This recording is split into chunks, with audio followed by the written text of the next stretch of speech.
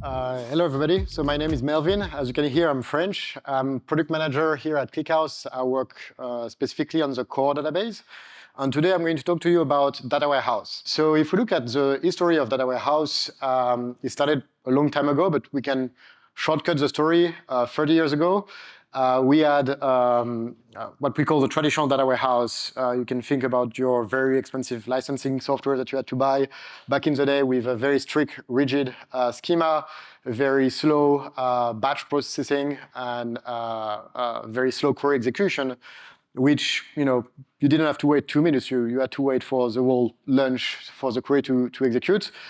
And this model was, I guess, pretty good for the time, but it had a lot of fundamental limitation. And there was a big trend of people trying to move away from this model to more open source model. And we saw like these trends of Hive and Hadoop and all of that, which did not necessarily catch up everywhere. The biggest breakthrough that we saw in this space was really about the cloud data warehouse. And it was actually people that start like creating new type of database that were cloud focused and that were really designed to scale with your data, which has a very different pricing model, which was usage based, which allowed you to store more data and have more user, but it still didn't address all the fundamental challenge that data team needed, right? For example, it was still relying on a very strong proprietary format. It was also a very strong vendor locking because of the format. And it did not address the low latency workload. And if you look at now the different trends that you can see in the market, you can see that there is a big shift in the open source. Some of these databases from 10 years ago, for example, now try to be much more open source and adopt open standard, for example, such as data lake like Iceberg and Delta Lake. And we also see that there is a strong need for real-time application, right? Everybody wants to know where their delivery is, where their Uber driver is, and like everybody wants to know what's happening in real time, and having solutions that can do extremely low query latency and extremely low ingest time is extremely important for us. So we can actually summarize a different need that a data team has today, and it starts with speed. Everybody wants to have real-time application, so your database needs to be as fast as your application, basically. You want to be able to go into a dashboard and having an extremely fast response time for your user. So speed is very important, and scale is also extremely important because as we are more and more digital, we are generating more and more data, we have more and more user, we have like higher concurrency level, and you need to be able to handle the load of this workload. Flexibility, as data evolved, the shape of your data has evolved too, right? You added like very strict schema in the past, but today you have unstructured data, semi-structured data. You also have like new type of data that are very much popular, like vectors, for example, and you want to have a database or a data system that can help you handle this type of workload. So you need to have a strong flexibility. And finally, you don't want to pay too much for it, right? You don't want your IT budget to go into a single software for your team. So today I'm going to talk to you about different things, but I'm going to start with our data warehouse because we had to build one for ClickHouse, and I'm going to tell you the story about how we build it in the open source using ClickHouse and the different toolings that we put together to make it work. So I started like ClickHouse at the very early days, right? So I started working in the company, I think in 2022, and we were about to actually launch our cloud platform, right? We didn't have any product when I joined, and our first goal was to create a cloud offering. And we didn't have users because we didn't have a product at first. So we talked with a bunch of open source users and we told them, do you want to try our cloud offering?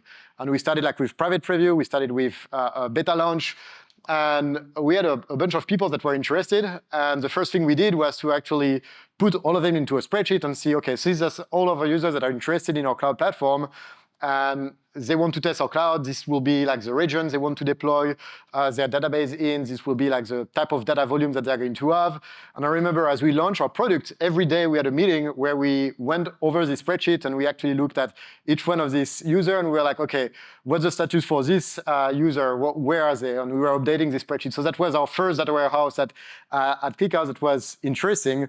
But very quickly, as we went to market with this product, the spreadsheet kind of was outgrown by our user base. So we had to think about a different place to store our data. And of course, being user of ClickHouse, we wanted to make it happen in ClickHouse. And our team growing, we also wanted to make sure that everybody was able to see the right data that they want. So we spent a lot of time actually gathering all the different requirements from the different teams and trying to build the different data marts that were interesting for our teams. And we ended up with a system that was approximately this one, right? So we had ClickHouse at the center where we store all of our data. And we have many different sources, right? Because we are a cloud platform, we need to connect with our CSP, right? To get our usage. We need to connect with our Meter and Stripe to get all the data from our usage from our customers. We need to make sure that we are integrating with our observability platform to make sure that we understand which feature our customer are using. So all of these data were actually collected, transformed, and loaded into ClickHouse with a lot of messaging. So we used ClickHouse, Airflow, AWS to store all of that. And once you centralize all of your data, of course, you need to make your data available to your user, which are us, like the internal user of ClickHouse. So it's the sales team, it's the product team, it's the operation team. So we need to make sure that we had systems that can help us navigate this data. So we had to think about the UI. So we use supersets on top of ClickHouse. So we spend a lot of time building dashboard for different teams, so people can see the right data. For example, the product team will be interested in product-related features, the sales team will be interested in revenue, etc. Everybody can build their own dashboard.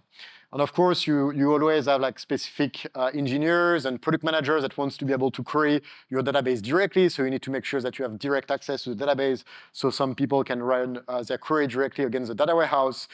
You need to create your reporting processes and alerting on top of your spending, for example. So we had to put all of that together. And in the end, we ended up with a system where we stored over 2 petabytes of data into our data warehouse. We load around 1 billion rows per day. And we collect data from as many sources as you can imagine. Like I think we have over 20 sources in ClickHouse. But that was not enough. Because as the company grows, of course, you start hiring different people that are not necessarily SQL experts, right? So how do you allow users that doesn't know how to write a SQL query to interact with your data warehouse without having to go through supersets? Superset is great, but you need to a little bit understand your data model. You need to understand the different dimensions that you have. You need to be remotely technical. So how do you do this? Well, we actually started a POC about how we could actually integrate with LLM. Right? The LLM are very good at writing SQL, and for us, that was a good way for users that are not necessarily technical to interact with the data warehouse.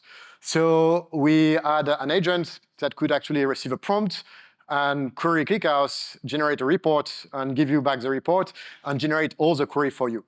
So how did we set that up? Well, we spent a lot of time deploying ClickHouse MCP server.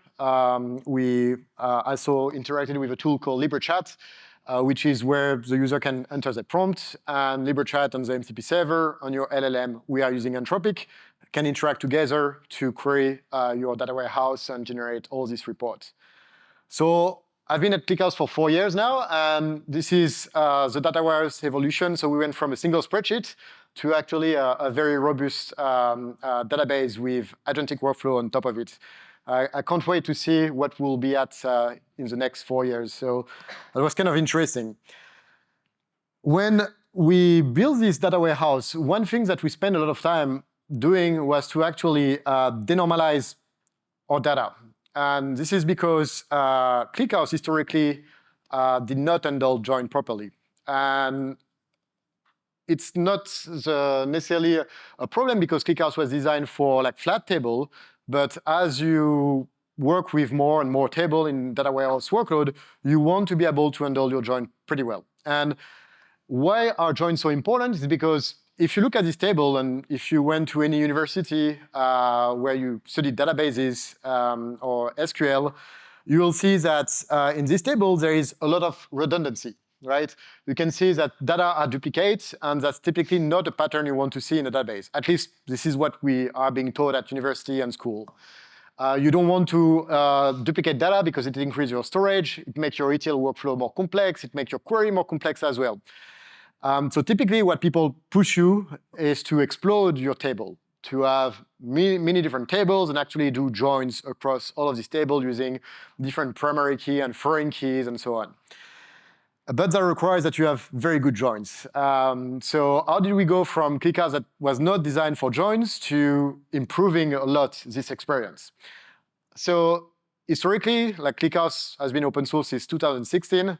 So we had a lot of time to do improvement. We had a lot of community contribution to help supporting joins. But over time, you can see that ClickHouse ended up supporting a lot of different type of joins, right? We even support things like as of joins, which not all the databases are actually supporting. We also have like different join strictness. We have different join predicate, different join algorithm. And we have different approach to do joins. Like we can do it in memory, we can do disk spilling, and so on.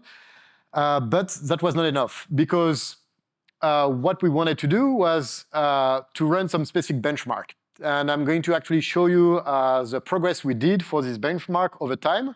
So in almost last year, I would say 12 months ago, like we were releasing 24.10. And we wanted to test this benchmark, TPCH benchmark. It's a very popular benchmark for join. And we tested ClickHouse against it, and I saw like a lot of query could not run because we were running out of memory, because we were timing out, because we didn't support some specific syntax. And I was like, we need to change this concept. So we need to focus on this very common benchmark and add all the performance optimizations that are needed to support them. So the first thing we did was to identify the different queries that we were not supporting and try to see what we're missing in ClickHouse. So we added a lot of optimization. And a couple of months later, we actually reran this benchmark. You can see this is a second benchmark in, I think it's red probably, in 25.5. And we also saw that, first of all, we added support for correlated subqueries, so we could immediately run more queries from this benchmark. We also added a few performance optimization that help us improving the performance quite significantly. Between 24.10 and 25.5, we had performance improvement around 25 times. So that was great. But that was not good enough because we still have some queries that did not run. So we kept working on it, and we added one key features that help us making sure that ClickHouse could run on top of TPCH benchmark, which was global reordering. So it's basically reordering your table based on some statistics in your tables. We merged this feature in 25.9, so you'll be able to soon test it in the cloud. And with this feature, we were able to improve the performance of ClickHouse by 45 times. And actually now it's actually 1 year from when we started this effort to now, and seeing such a performance improvement is quite amazing in my opinion. So that's to tell you that now ClickHouse has much faster joins in the most recent version, so feel free to check it out and let us know. And the last topic I want to talk to you about today is around our support for data lake. So that has been a very hot topic recently. A lot of people are thinking about how can we integrate Iceberg into our ecosystem. And I'm going to tell you like what we think about it at ClickHouse. So historically, when we developed ClickHouse, we wanted to make sure that ClickHouse was designed for real-time analytics, for extremely low query latency, but also low insert latency. And we wanted to make sure that you have all the features that support your real-time analytical workload, right? So you have materialized view, projections, and all the features that allows you to have like subsequent queries. And one of the key concepts for us was to make sure that ClickHouse could actually work in a isolated fashion. We don't want you to have to install 3, 4, 5 different software to make it run. Just download a binary and you can get started with ClickHouse. But as a database, it's very important for us to be interoperable. We want to make sure that ClickHouse can integrate with your ecosystem, that you can connect to your queue, like Kafka or Red Pandas, that you can connect to your database like MySQL or PostgreSQL, and you can actually load some data that you need into ClickHouse extremely simply. And one key component that we need to work with is data lake. So actually, the community did a lot of work in that space because the first contribution around Iceberg was done by a community team member out from China that wanted to work with the Iceberg table directly from ClickHouse. So they added like the initial support for Iceberg table. But we also saw a lot of users that were using ClickHouse alongside their Iceberg table, more specifically as a hot layer on top of an Iceberg table, because ClickHouse provides you with more data structure, like an in-memory index, very specialized data type, like some specific features like materialize view to speed up query on top of ClickHouse. So a lot of people do double write, once in ClickHouse, one into Iceberg, and they're using ClickHouse for their hot workload and Iceberg for their cold workload. So one key component for us was how can we simplify the story for our user? How can we make it more seamless to use Iceberg and Delta Lake with ClickHouse? So we spent a lot of time actually working on interoperability of ClickHouse with Iceberg. So over the last year, we have been working on adding support for catalog, such as Unity catalog, Polaris, the Glue catalog. We added support for as many catalogs as possible. We also made sure that ClickHouse was compatible with the most recent specification of Iceberg. So we are compatible with Iceberg v2 specification. So it means that we're supporting partitioning pruning, schema evolution, equality deletes, positional deletes, etc. And more recently, we also started adding support for writes, which was one of the most requested feature in the ClickHouse repository was to be able to write data from ClickHouse to Iceberg. So now it's in the experimental stage, but we are working on it. And we did the same work for Delta Lake, right? So we added support for catalog, but for Delta Lake, it was much more simpler for us because Delta Lake provide a richer ecosystem. We had access to more library, like the Delta kernel, which allow us to iterate much faster on the Delta tables compared to Iceberg. So where are we now? So now we support Iceberg v2 specification, but there is still some work for us to do. We need to support Iceberg v3 specification that a few people are going to start using soon. We need to make sure that ClickHouse can work very well on top of Parquet, because this is the storage that most of Iceberg users are actually using. So we actually wrote a new Parquet reader that we need to make sure is compatible with Parquet, with Iceberg and Delta tables. We need to make sure that we have proper write support. So we are currently having experimental write support for both Delta and Iceberg. We want to make sure it goes GA. And we want to also make sure that you have a top-of-the-line cloud experience on top of your Iceberg table with ClickHouse. So it means that we need to add support for table maintenance. We need to make sure that you can have like a good CDC experience, so being able to load data from an Iceberg table to a ClickHouse table automatically, and same thing for Delta table, so your experience is seamless. We also want to, with Iceberg table, to be able to be a bit more serverless. You don't need to have dedicated compute when you run a query against Iceberg. That's a good thing about full stateless table. So we want to make sure that ClickHouse can, you can run query on top of your Iceberg table without disrupting any workloads that you have running into your clusters that power your real-time application, for example.